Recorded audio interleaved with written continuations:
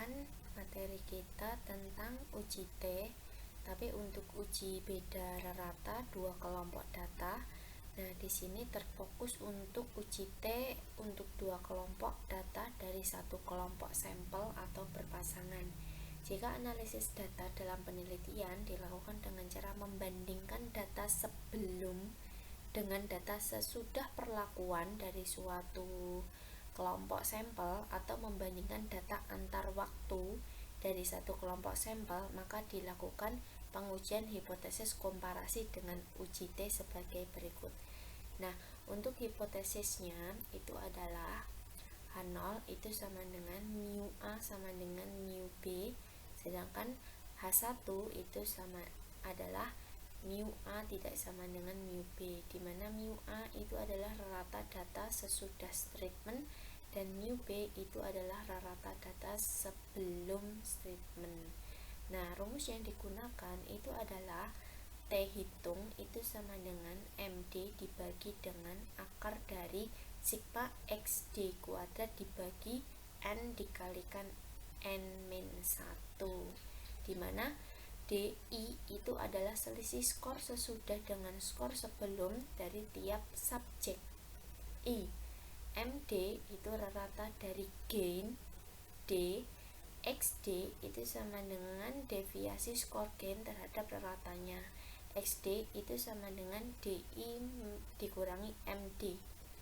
XD kuadrat itu sama dengan kuadrat deviasi skor gain terhadap ratanya, dan N itu adalah banyaknya sampel atau subjek penelitian.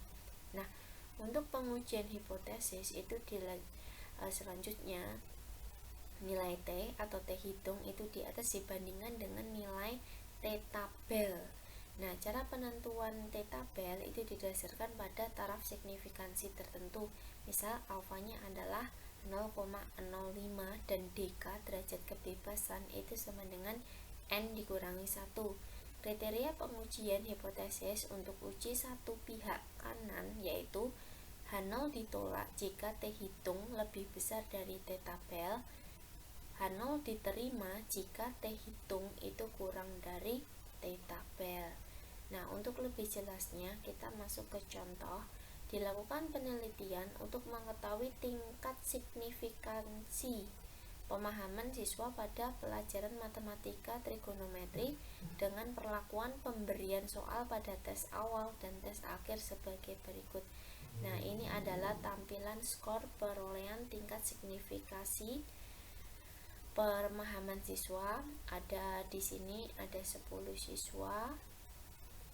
Terlihat di sini tes awal hasilnya, tes akhir seperti itu. Nah, untuk penyelesaiannya berarti kita buat tabel seperti ini terlebih dahulu, di mana kita tambahkan kolom gain atau D itu Y dikurangi X, berarti nilai akhir dikurangi dengan nilai awal seperti itu. Nah, berarti untuk perhitungannya bisa kita praktekkan di Excel. Nah, sekarang untuk gain berarti kita mengurangkan nilai akhir itu dikurangi dengan nilai awal. Nah, hasilnya sama ya setelah itu. Nah, berarti kita jumlahkan dulu. Kita jumlahkan. Dah ketemunya sama. Nah, setelah itu XD itu adalah D dikurangi dengan MD.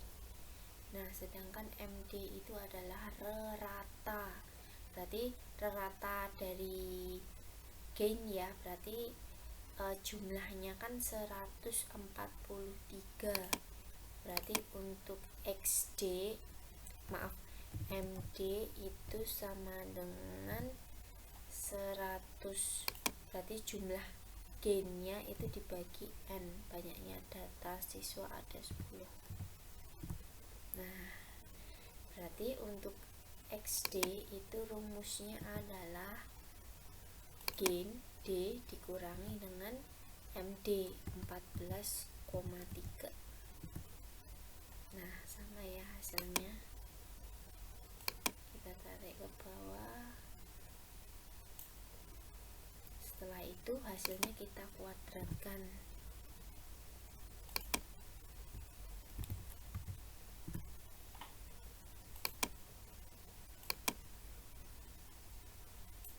Nah, kita jumlahkan.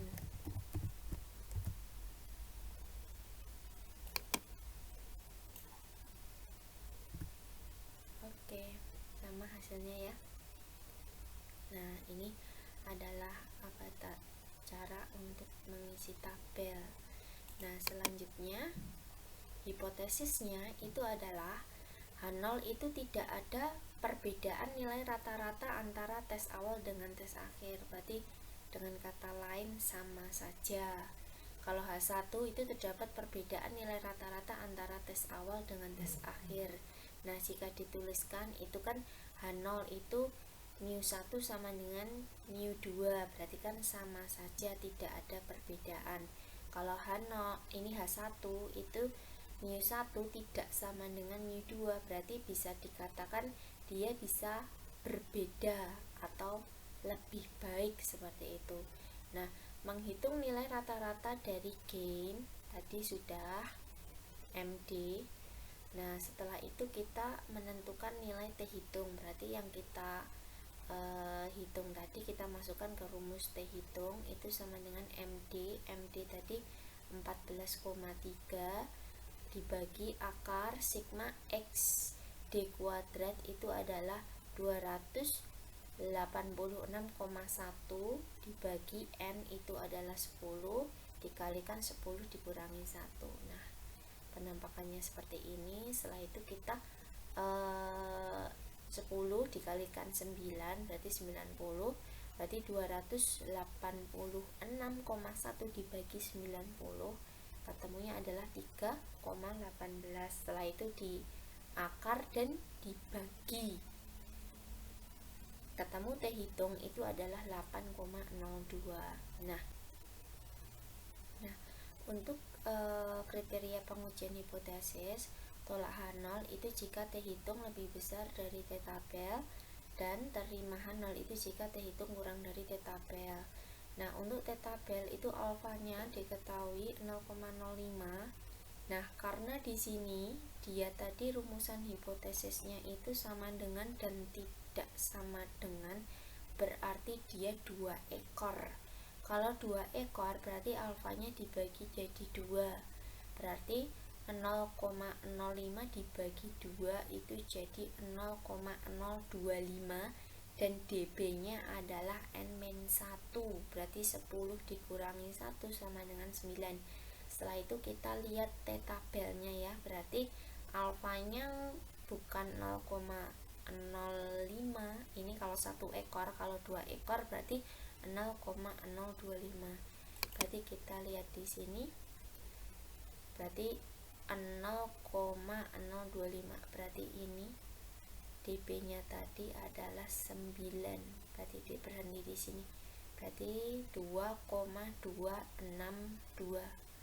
Nah, tapi di sini dituliskan cuma 2,26. Nah, T hitungnya sekian, 8,02.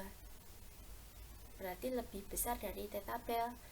Karena 8,02 itu lebih besar dari 2,26 atau T hitung lebih besar dari T tabel, maka H0 ditolak.